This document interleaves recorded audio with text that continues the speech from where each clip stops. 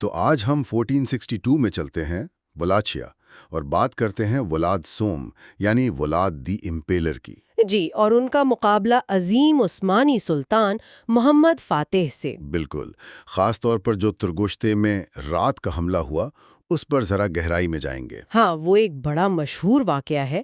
ہماری معلومات کا ذریعہ history with Sohail YouTube channel کی ایک ویڈیو ہے۔ صحیح، تو مقصد یہ ہے کہ سمجھیں کہ ولاد نے بغاوت کیوں کی، سلطان کا رد عمل کیا تھا، اور یہ جو رات کا حملہ تھا اس کی کیا کہانی ہے اور اس کے اثرات کیا ہوئے۔ اچھا، تو کہانی شروع ہوتی ہے ولاد کے بچپن سے۔ وہ عثمانی دربار میں پلا بڑا، شہزادہ محمد جو بعد میں سلطان بنے ان کے ساتھ، اپنے بھائی ریڈو کے ساتھ۔ وہ سیاسی یرغمالی تھے نا وہاں۔ جی بالکل، یہ اس زمانے کا ایک طریقہ تھا ماتحت حکمرانوں کی وفاداری یقینی بنانے کے لیے ان کے بیٹوں کو دربار میں رکھا جاتا تھا۔ سمجھ گیا۔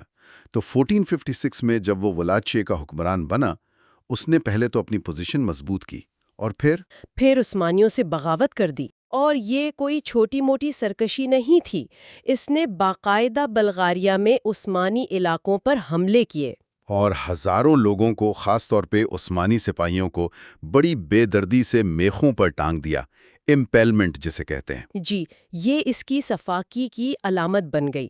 پھر اس نے دھوکے سے عثمانی قلعوں پر بھی قبضہ کیا، اور ولاچیا میں جو ہے نا، وہ زمین جلانے والی پالیسی، اسکاچڈ ارتھ۔ ہاں جی، اسکاچڈ ارتھ، تاکہ عثمانی فوج کو آگے بڑھنے میں رسد نہ ملے۔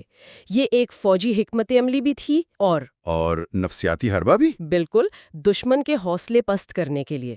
وہ روایتی جنگ سے ہٹ کر سوچ رہا تھا۔ ظاہر ہے، سلطان محمد فاتح جیسے حکمران کے لیے یہ ناقابل قبول تھا۔ تو ان کا رد عمل کیسا تھا؟ بہت شدید۔ انہوں نے ایک بہت بڑی فوج جمع کی، کچھ اندازوں کے مطابق تقریباً 1.5 لاکھ سپاہی۔ 1.5 لاکھ؟ اور بحری بیڑا بھی ساتھ تھا؟ جی، مقصد واضح تھا، ولاد کو تخت سے اتارنا اور اس کی جگہ اس کے بھائی راڈو کو بٹھانا۔ راڈو، جو عثمانیوں کا وفادار سمجھا جاتا تھا۔ بالکل، لیکن ولاشیا کا علاقہ وہ آسان نہیں تھا۔ گھنے جنگلات، دلدلیں اور بیماریاں بھی پھیل رہی تھیں، سنا ہے۔ جی، اور اوپر سے ولاد کے گریلا حملے مسلسل جاری تھے، تو عثمانی فوج کی پیش قدمی سست اور مشکل تھی۔ ولاد سمجھتا تھا کہ وہ کھلی جنگ میں نہیں جیت سکتا۔ ہاں، اسی لیے اس نے یہ منصوبہ بنایا۔ ترگشتے کے قریب عثمانی کیمپ پر رات کو اچانک حملہ، اور بنیادی ہدف؟ خود سلطان محمد فاتح، ان کو قتل کرنا۔ یہ تو بہت بڑا رسک تھا۔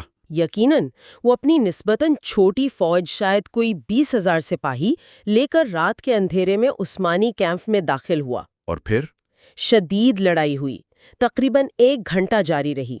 ولاد اور اس کے ساتھی لشکر کے مرکز تک پہنچنے میں کامیاب بھی ہوئے، جہاں سلطان کا خیمہ ہونا چاہیے تھا۔ جی، لیکن وہ سلطان کو قتل کرنے میں ناکام رہے۔ شاید غلط خیمے پر حملہ کر دیا، یا عثمانی محافظ زیادہ چوکس تھے۔ نقصان کتنا ہوا اس حملے میں؟ اندازے مختلف ہیں، لیکن کہا جاتا ہے کہ ولاد کے کوئی 5,000 اور عثمانیوں کے 15,000 سپاہی مارے گئے۔ 15,000؟ یہ تو بہت بڑی تعداد ہے۔ جی، اگر یہ اعداد و شمار درست ہیں تو لڑائی کی شدت ظاہر ہوتی ہے۔ ولاد خود بمشکل جان بچا کر نکلا۔ تو اگلے دن جب سلطان ترگوشتے پہنچے، شہر تو خالی تھا، لیکن جو منظر سلطان نے دیکھا وہ انتہائی ہولناک تھا۔ ہزاروں عثمانی قیدیوں کی لاشیں میخوں پر ٹنگی ہوئی تھیں۔ میخوں کا جنگل، فارسٹ آف دی امپیلڈ۔ جی، یہ ولاد کا شاید سب سے بڑا نفسیاتی حملہ تھا۔ اس منظر نے کیا اثر ڈالا سلطان پر؟ دیکھیں، یہ منظر، رات کے حملے کا نقصان اور مہم کی مجموعی مشکلات، ان سب کو دیکھتے ہوئے سلطان نے ایک اہم فیصلہ کیا۔ کیا فیصلہ؟ انہوں نے اپنی مرکزی فوج واپس بلانے کا فیصلہ کیا اور ولاچیا کی مہم کی کمان رادو، ولاد کے بھائی کو سونپ دی۔ یعنی وہ ولاد کا پیچھا چھوڑ کر واپس چلے گئے؟ مرکزی فوج کے ساتھ، جی۔ یہ ظاہر کرتا ہے کہ ولاد کی دہشت گردی اور نفسیاتی جنگ نے کتنا اثر ڈالا۔ پھر راڈو کا کیا بنا؟ راڈو نے عثمانی مدد اور مقامی سرداروں یعنی بوئیوس کی حمایت سے ولاچیا کا کنٹرول سنبھال لیا۔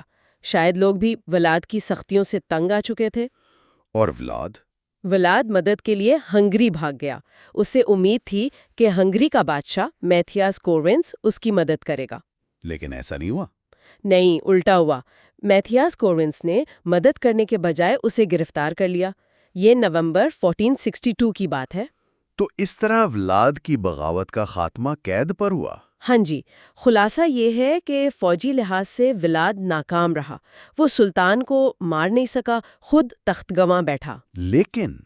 لیکن اس کی جو سفاکانہ حکمت عملی تھیں، خاص طور پر دہشت اور نفسیاتی حربوں کا استعمال، وہ اتنی مؤثر تھیں کہ اس نے سلطان محمد فاتح جیسی طاقت کو بھی ایک طرح سے پیچھے ہٹنے پر مجبور کر دیا۔ یہ واقعی تاریخ کا ایک عجیب سبق ہے۔ بالکل، اس کی مزاحمت بھلے ناکام ہوئی، تاریخ کا حصہ بن گئی۔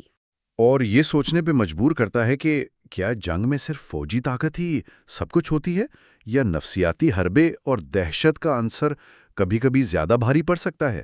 جی، یہ ایک اہم سوال ہے جو یہ واقعہ اٹھاتا ہے۔ ولاد کی حکمت عملی اور سلطان کا رد عمل دونوں اس پر غور کرنے کی دعوت دیتے ہیں۔